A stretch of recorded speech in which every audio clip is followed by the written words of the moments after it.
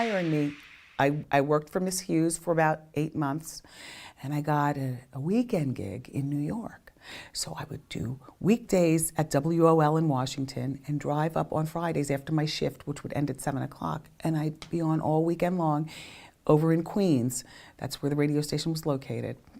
And then I would drive back to DC, and I would never even stop at my parents' house, never had time for friends, because everybody was kind of not understanding my dream and kind of laughing at me or something, or trying to, you know, my friends were like real immature and stupid and wanting to party and hang out, and I'm on a path, and my parents were very, you know, oh, do you want something to eat? What is this crazy thing you're doing called radio? I would sleep in my Subaru. They gave me a Subaru for college graduation.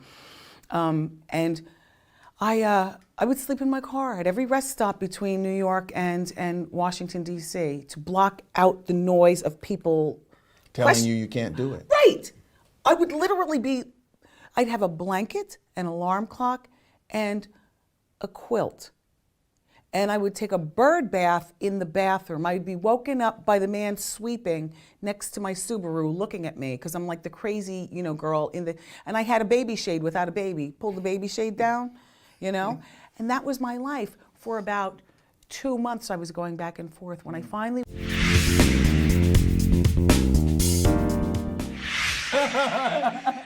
no, I think the secret to the success of the Wendy Show is it starts from within. You know, I've got terrific producers, terrific audience department, you know, people, shady cameramen, a terrific, you know, lineup of co-hosts in my studio audience, and of course it starts with the host. I no longer care about people laughing at me or laughing with me. I'm just out there having the time of my life, and you know, it doesn't matter whether a dress makes me look fat, if there's lipstick on my teeth, you know I rub. Yes. If my wig feels crooked, you know what, I will tweak it. You know, the secret to the show's success, I believe, is authenticity. And the authentic me is messy Wendy from Jersey. But messy is good.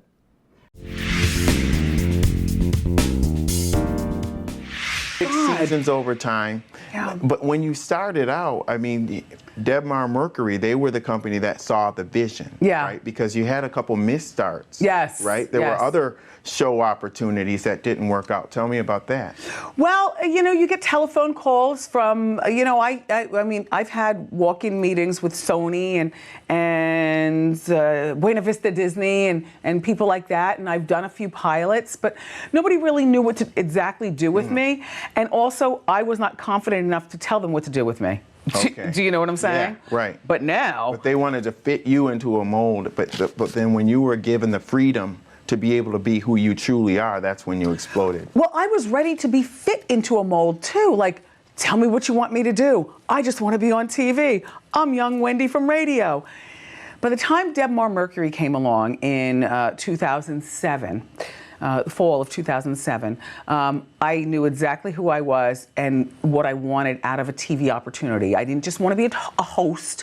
I want to be an executive producer. And that means that I'm not just somebody that you're going to fit into a hole. Right. I'm going to dictate where the hole goes and how it goes down. Now, I want suggestion from everybody, but be very clear. You know, I want to, you know... You had more... I'm ready for a Wendy. And I have a terrific team to propel me, because I can't do this by myself, you know, and I will not discredit myself. You know, I've done a lot of work to get here, and nothing's been handed to me. But to stay here, I've had to align myself with the right team. You haven't fixed... Having to beat those numbers, what's the key to your success, do you think? Stick-to-itiveness. You know, I ride it until it can't be ridden anymore.